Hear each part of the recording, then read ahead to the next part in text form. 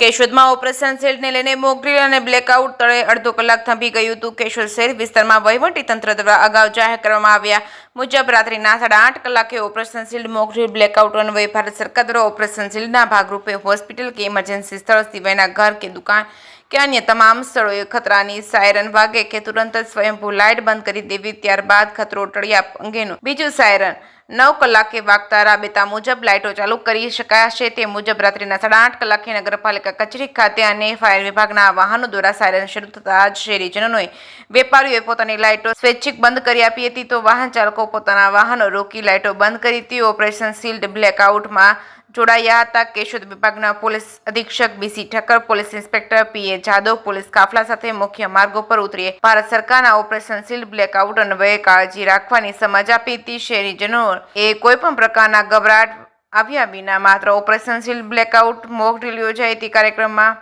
કોઈપણ પ્રકારના ગભરાટમાં આવ્યા વિના માત્ર operation shield blackout mock drill કાર્યક્રમમાં જોડાયા હતા। કેશોદ શહેરમાં રાત્રે અડધો કલાક થંભી ગયું હતું।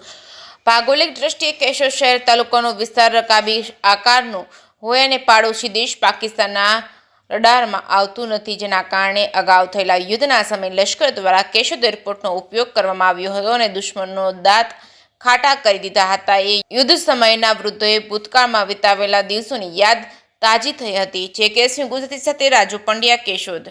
આજરોજ કેન્દ્ર સરકારના ઓપરેશન સિંદૂર અંતર્ગત ઓપરેશન શીલ્ડનું પણ એક આયોજન કરવામાં આવ્યું છે, જેમાં સરકારશ્રી દ્વારા એક ગાઈડલાઈન આપવામાં આવી છે કે એમાં બ્લેકઆઉટ એટલે કે જ્યારે પણ કંઈ ખતરાનું એવું જોખમ આવે ત્યારે આપણા દ્વારા જે કોઈ બ્લેકઆઉટનું જાહેરાત થાય ત્યારે સંપૂર્ણ લાઇટો બંધ રાખવામાં આવે, જેને કારણે જે દુશ્મન દેશો કે એના પરથી કાંઈ ખતરો હોય તો એમનો આપણો બચાવ થાય, એનો મુખ્ય હેતુ એ છે।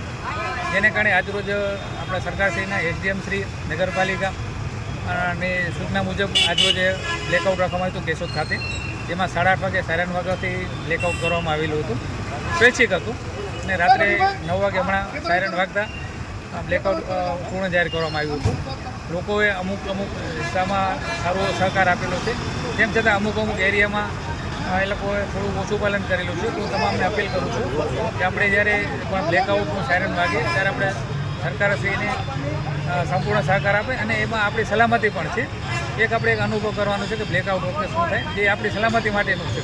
તો લોકોમાં આપણે મીડિયાઓને પણ અપીલ કરું છું કે જ્યારે પણ બ્લેકઆઉટ હોય ત્યારે એમને ખાસ આપણા તરફથી અપીલ કરવામાં આવે। હું તો અપીલ કરું જ છું કે એમને બ્લેકઆઉટનો 100% અમલ કરી